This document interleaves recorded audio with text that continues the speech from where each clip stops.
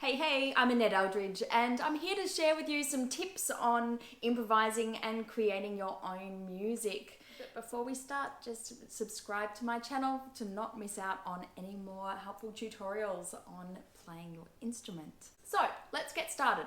We're going to choose an easy scale to base our composition on. Now for a string player, the D major scale is an easy scale to start with, but if you're a wind instrument, you might find B flat might be more helpful to start with. So please choose an appropriate scale for your instrument as well. There are many recording based software that you can use. I use Ableton, but there is also the free online Audacity software that you can download from Mac or PC. If you want, you can even try this on your mobile phone or other device. That is fine. We're going to create a bass line starting from the tonic, the D, and stepping down all the way to the fifth, which is the A. So counting up from D, D, E, F sharp, G, A is the fifth. So we're going to go down from D to the A, D, C sharp, B, A as our simple bass line. Let's record that now.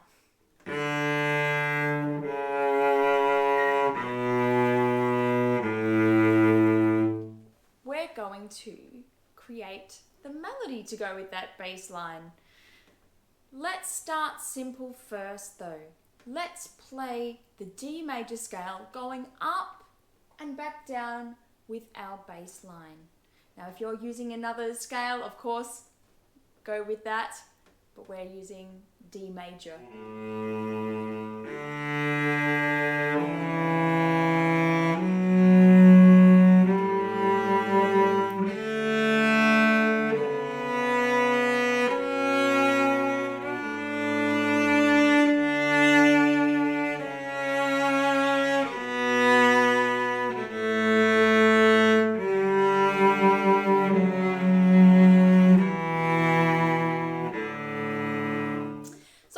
Fun way of playing your scales too.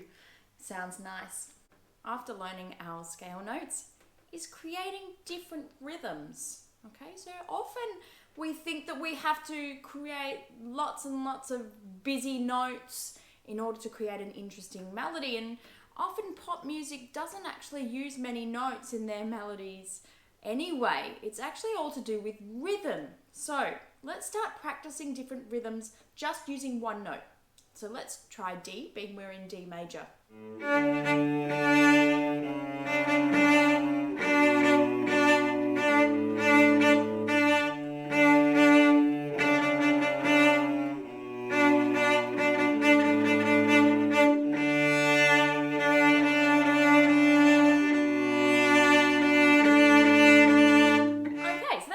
Playing around with rhythms on the beat and sometimes off the beat, and I often try to repeat those rhythms a couple of times to make sure that I can replicate them, but also repetition is important when creating our own melodies or improvising because it makes it catchy.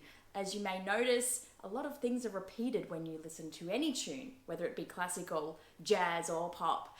Let's now try to create patterns with the D major scale going up and down. So I'm going to try with firstly a 2-note pattern and then reverse it on the way back down. Let's see how that sounds with our bass line.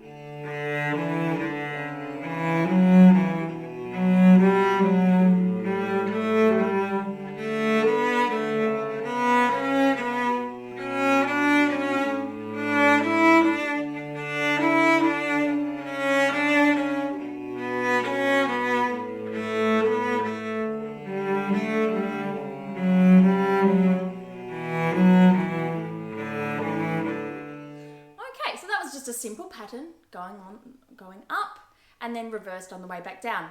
Let's try another one using a few notes this time.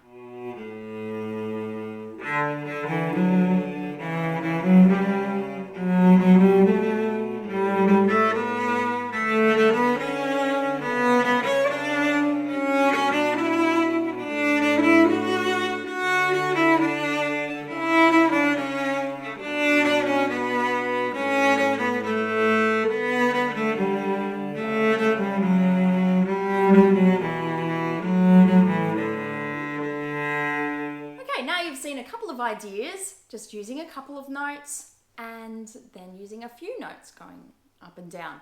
Try as many different variations as you can because it's really useful to use when improvising and put on the spot to come up with some little ideas that you can latch onto and that makes it interesting for the audience. Another tip is when creating musical phrases, we want to end on a full stop, a musical full stop.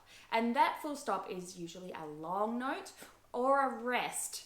Lastly, finishing on the tonic. So often you will have noticed I've always finished on the D, and that's important too because it gives us a sense of resolution.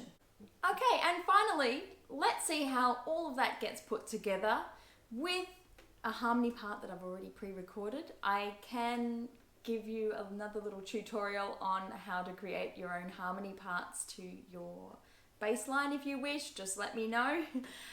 Here's a demonstration.